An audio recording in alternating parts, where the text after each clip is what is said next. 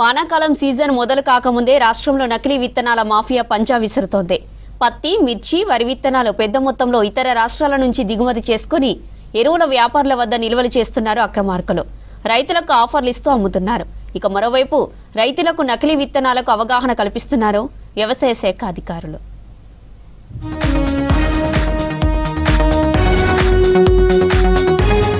రాష్ట్రంలో ఖరీఫ్ సీజన్ కు ముందే అక్రమార్కులు కల్తీ విత్తనాల దందా చేస్తున్నారు.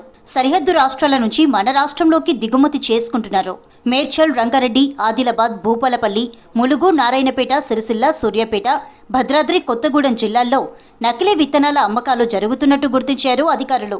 12 ప్యాకెట్లు కొనుగోలు చేస్తే 2 ప్యాకెట్లు ఉచితం, ఇతర రైతులతో కొనుగోలు చేయిస్తే 10% కమిషన్ ఇస్తామని ప్రచారం చేస్తున్నారు వ్యాపారులు.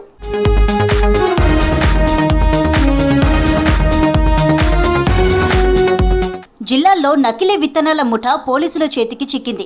మార్కెట్లో పత్తిలో హెచ్టీ రకానికి మన దేశంలో అనుమతి లేదు.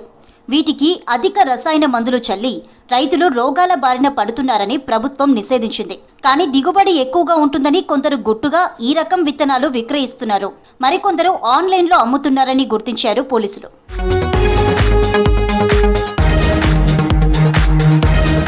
నకిలీ విత్తనాల సరఫరాపై అధికారులు తనిఖీలు చేయడం లేదని ఆరోపణలు వస్తున్నాయి. అనుమతి లేని డీలర్లు, మధ్యవర్తులు గ్రామాలకు చేరి రైతులను నిండా ముంచుతున్నారు. ముందస్తు చర్యలు తీసుకోవాలని డిమాండ్ చేస్తున్నాయి రైతు సంఘాలు. నకిలీ సీడ్స్ ను ఎలా గుర్తించాలో తెలియక మోసపోతున్నారు. వ్యవసాయ శాఖ రైతులకు అవగాహన కల్పించాలంటున్నారు రైతు సంఘం నాయకులు. కానీ ఏటా మన తెలంగాణ రాష్ట్రంలో నకిలీ విత్తనాలు అనేటువంటివి పట్టుబడుతున్నాయి. వాళ్ళ మీద కేసులు పెడుతున్నారు. కానీ నకిలీ విత్తనాల బెడద మాత్రం తగ్గడం లేదు. ఏటా తెలంగాణ రాష్ట్రంలో దాదాపు 5 లక్షల ఎకరాల దాకా ఇట్లాంటి ప్రమాదం వస్తున్నటువంటి పరిస్థితి ఉంది. నకిలీ విత్తనాలు ఉంటున్నాయి, నాసి రకం విత్తనాలు ఉంటాయి. అవి ముఠాలుగా ఏర్పడి రైతాంగానికి సరఫరా చేస్తున్నారు. అదే రకంగా ఇప్పుడు పట్టుబడినటువంటి దాంట్లో చూసినప్పుడు మేడ్చల్ జిల్లా పరిధిలో ఉండేటువంటి గోడౌన్లలో నకిలీ విత్తనాలని కొన్ని అసలైనటువంటి విత్తనాలు ఒరిజినల్గా పనిచేయగలిగినటువంటివి నకిలీ విత్తనాలు కలిపి ప్యాకెట్లు తయారు చేస్తున్నారు. రైతులు నకిలీ విత్తనాల బారిన పడకుండా ఉండటానికి సూచనలు చేస్తున్నామంటున్నారు వ్యవసాయ నిపుణులు, అధికారులు. గుర్తింపు పొందిన ఫర్టిలైజర్ షాపులు, ప్రభుత్వ డీలర్ల వద్ద మాత్రమే విత్తనాలు కొనాలని సూచిస్తున్నారు. విత్తనాలు కొన్నప్పుడు తప్పనిసరిగా రసీదు తీసుకోవాలన్నారు. ప్యాకింగ్ లేని విడి విత్తనాలు తక్కువ ధరకే వస్తున్నాయని కొనుగోలు చేయొద్దని హెచ్చరిస్తున్నారు. నకిలీ విత్తనాలుగా అనుమానం వస్తే వెంటనే 100కు కానీ స్థానిక ఏఈఓలకు కానీ సమాచారం ఇవ్వాలని సూచించారు అధికారులు.